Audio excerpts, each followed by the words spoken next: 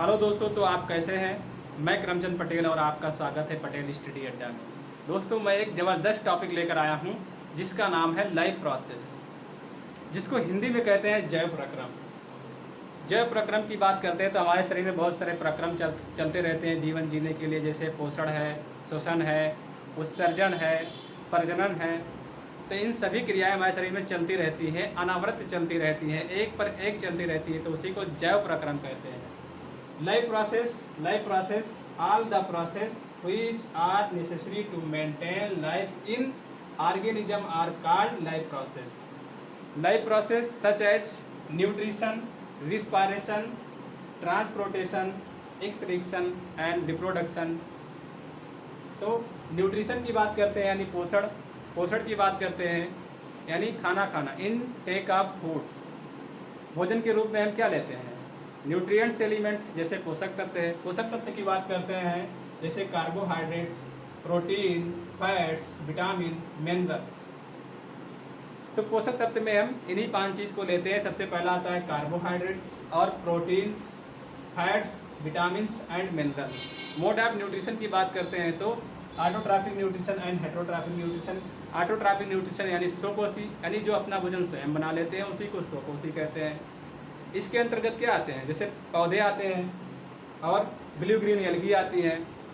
तो ये क्या करते हैं? अपना भोजन स्वयं बना लेते हैं। अब क्यों बना लेते हैं? तो इनमें क्या पाया जाता है? पत्तियों में क्लोरोफिल पाया जाता है, जिसकी क्रिया से इसमें प्रकाश संश्लेषण की क्रिया संपन्न होती है। तो ये क्या करते हैं? अपना भोजन स्वयं बना लेते हैं, जिसे कहते हैं फोटोसिंथेसिस। फोटो माने लाइट, सिंथेसाइज माने food production.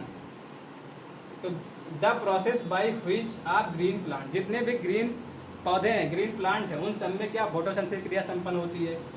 Synthesise from carbohydrates and water in presence of sunlight and chlorophyll is called photosynthesis. तो फोटोसिंथेसिस किससे कहते हैं? The process by which of green plant synthesise from carbohydrate and water in presence of sunlight and chlorophyll is called photosynthesis. तो जितने भी green plant हैं, जितने भी हरे पौधे हैं, वो क्या करते हैं? अपना भोजन स्वयं बना लेते हैं। प्रकाश संश्लेषण की क्रिया उसमें संपन्न होती है, जो कार्बोहाइड्रेट को लेते हैं और वाटर को लेते हैं। लाइट की प्रेजेंस में ग्लूकोज का निर्माण करते हैं और कार्बन डाइऑक्साइड और ऑक्सीजन को जब रिलीज कर देते हैं तो दूसरा प्रोसेस आता है रिस्पायरेशन।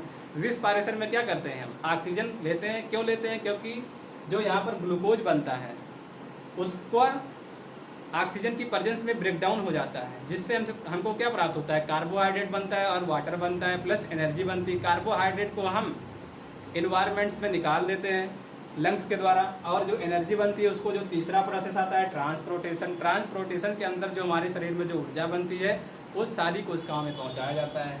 फिर आता है हेटेरोट्रॉफिक यानी विषमपोषी जो दूसरे पर डिपेंड होते हैं। जितने भी विषमपोषी होते हैं सब क्या होते हैं? ऑटोट्रॉफिक पर डिपेंड होते हैं। जितने भी ग्रीन प्लांट होते हैं उस पर डिपेंड होते हैं।